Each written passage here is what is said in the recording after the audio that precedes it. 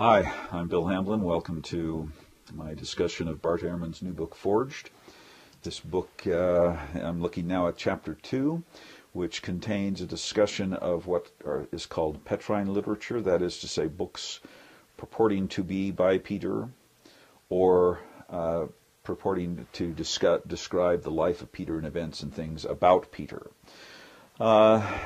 Ehrman, when he discusses this, begins with a discussion of the distinction between fiction and history in ancient literature. That is to say, history is a narrative form of discourse, and so is fiction. They share a way of narrating and describing events, and the boundary between the two can sometimes become blurred. This is, for example, is found in the way that ancient speeches are described in ancient literature.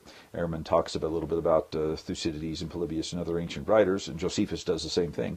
And that is to say, when an event occurs, they kind of create a semi-fictional dramatic speech or statement by a person.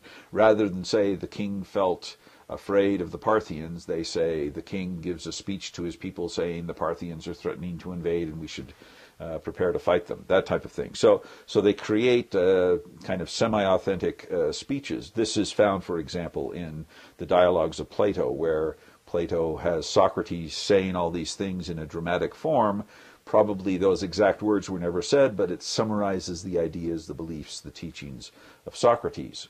So we find this type of literature, or this type of phenomenon in ancient literature quite extensively, and there may be some of this going on in New Testament and Christian writings as well.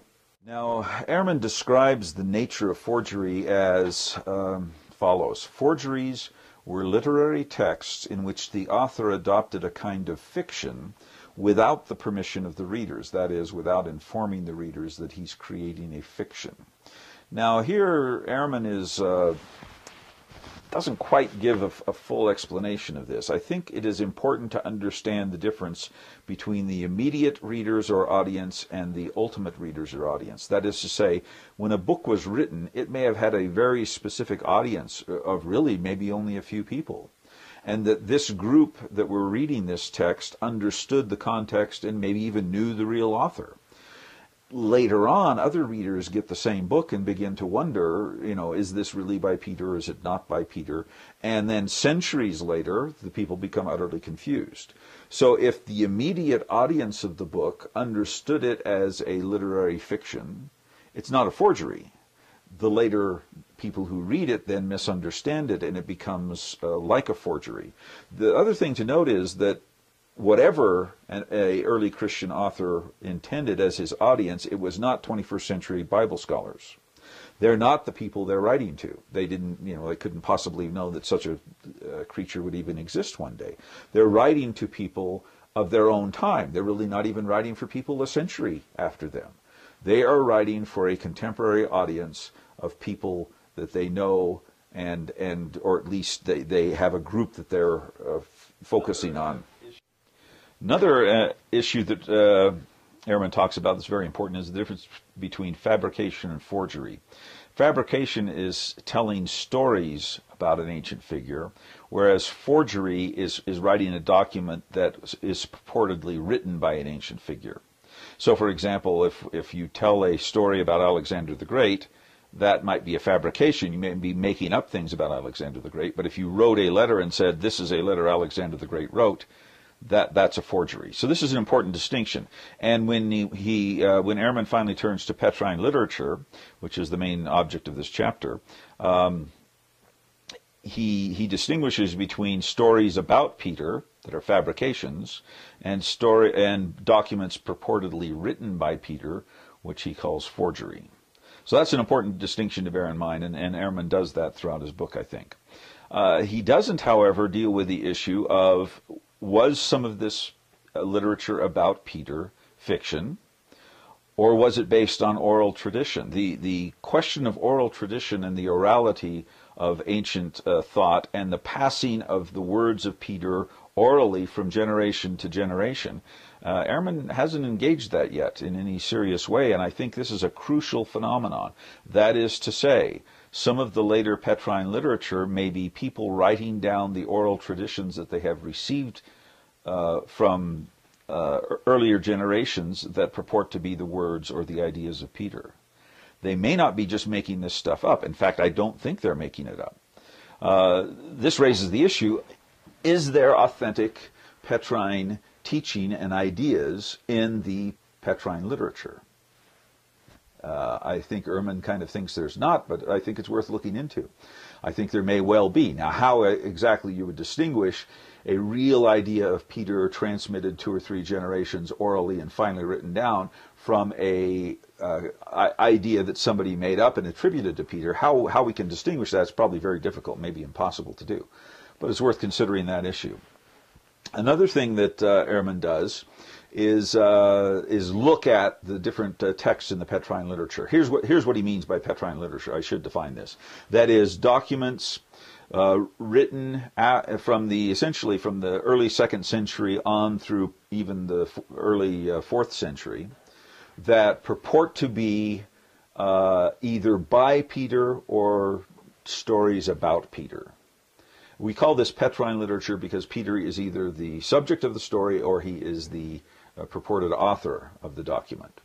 Now, Ehrman goes through a bunch of these. I've listed them here on the screen, and we don't have time to go into them in detail. There are a couple of good books which contain all translations of all these literature. One is New Testament Apocrypha, and the other one is the Apocryphal New Testament. I don't have those titles on the screen now. I'll put them up later. But at any rate, they're in footnotes in Ehrman's book. So these documents are readily available. I've included the dates here, and notice in these screens that I present, the blue data represents things Ehrman says and talks about. The green are my comments and additions. So I've included the dates here. What Ehrman does then is he reviews the Petrine literature that is, or at least some of it that's written over the next couple hundred years after the New Testament. And then he says, producing books in the name of Peter was a virtual cottage industry in the early church. Now, that may or may not be true. I think there's only really a few texts that have been written in the name of Peter or about Peter over the course of several hundred years of documents being written. So, yes, there are some, and yes, they are significant, but I think Ehrman's kind of exaggerating a little bit. But his rhetorical point here, which he never makes explicitly, but what the implications are, is that lots of people were writing books about Peter, therefore the books in the New Testament could be forged books about Peter or by Peter, because lots of people did it. Well, he's got the cart before the horse here. In reality, the significance of Peter in the Gospels, in the book of Acts, and in the other New Testament writings is what caused apocryphal books about Peter to be written. That is to say, the Apocrypha does not explain Peter in the New Testament or the 2 letters of Peter in the New Testament. Rather, the New Testament Peter explains why apocryphal documents would be written about Peter. And the latest date for 2 Peter, which is supposedly a forged document, is earlier than the earliest of the Petrine Apocrypha. So even if 2 Peter is a forgery in the name of Peter, the later Petrine forgeries can't explain that phenomenon because they all came later and they are based on the prominence of Peter in the New Testament. So Ehrman presents this particular issue backwards. He also doesn't contextualize his documents very well. He kind of summarizes a little bit about them and then tells some of the strange things that are found in them, but he doesn't try to identify who wrote it, when it was written, where it was written, why it was written, who was the audience, what were the sources these documents drew upon. Now, for the most part, we don't know the answers to these questions, but these are important issues, because unless you contextualize a Petrine document properly, you can't understand what it's about or who possibly wrote it or whether it's a forgery or not. Example of this. The Apocalypse of Peter is one of the documents. It's one of the earliest of the Petrine documents. It purports to be Peter's apocalyptic teachings.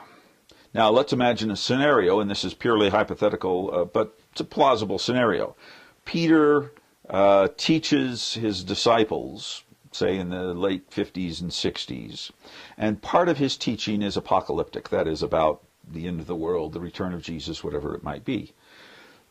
This type of apocalyptic teaching was very important in early Christianity, and there's no reason to doubt Peter might have talked about it on occasion. Now, Peter teaches these things orally, and his disciples pass them on to their disciples orally, and so now we enter into, say, 110, 120, 130 AD, when we have the third generation from Peter. It's the disciples of Peter. They now have this collection of oral traditions, and suppose a man decides to write those down, that is, here's Peter's tales about the end of times or the nature of heaven and hell and so forth. Or perhaps a person has a dream or a vision in which Peter comes to him, or in which he sees a vision that he says, this is what Peter saw, and you are now privileged to see this same vision. And then they write down this Apocalypse of Peter. Now, this is purely hypothetical, but the point is, it's a plausible scenario based on what we know about how the early Christians worked, to account for why somebody would write Apocalypse, attribute it to Peter, either because he's a disciple of Peter, or because he has a vision that in his visionary experience he believes it's the vision that Peter had, and then he produces this Apocalypse of Peter. The point is, whatever the reality of this is, maybe it has nothing to do with Peter, but if the person who produced that document sincerely believes that he is producing a true presentation of Peter's vision or Peter's teachings about the apocalypse, then it's not a forgery. It may be completely inauthentic, that it may really have nothing to do with Peter, but it is not an attempt by a person to deceive. He's telling what he really thinks, what he really believes. And Ehrman consistently fails to engage that possibility. He just, if it has the name of Peter on it, and Peter didn't really write it, then it's a forgery. Well, there's a wide range of other possibilities, especially visionary and oral. Now, part of the problem I'm having with Ehrman's book is the failure to cite sources and citations and extended analysis. That problem I'm having is essentially because of why and how Ehrman wrote this book. He tells us on page 10, "My goal all along has been to write a detailed scholarly monograph that deals with the matter, that is, of forgery, at length. This book that you are now reading is not that scholarly monograph." That is to say, he is writing a popular book before he's written the scholarly book. I think he's got that backwards. He should have written the scholarly book and then summarized it in a popular format. Because what he's doing here, when I look at it, I say, where's, analysis, where's citations, where's the sources, where's his evaluation of alternate scholarly opinions? None of it exists. It's just not there.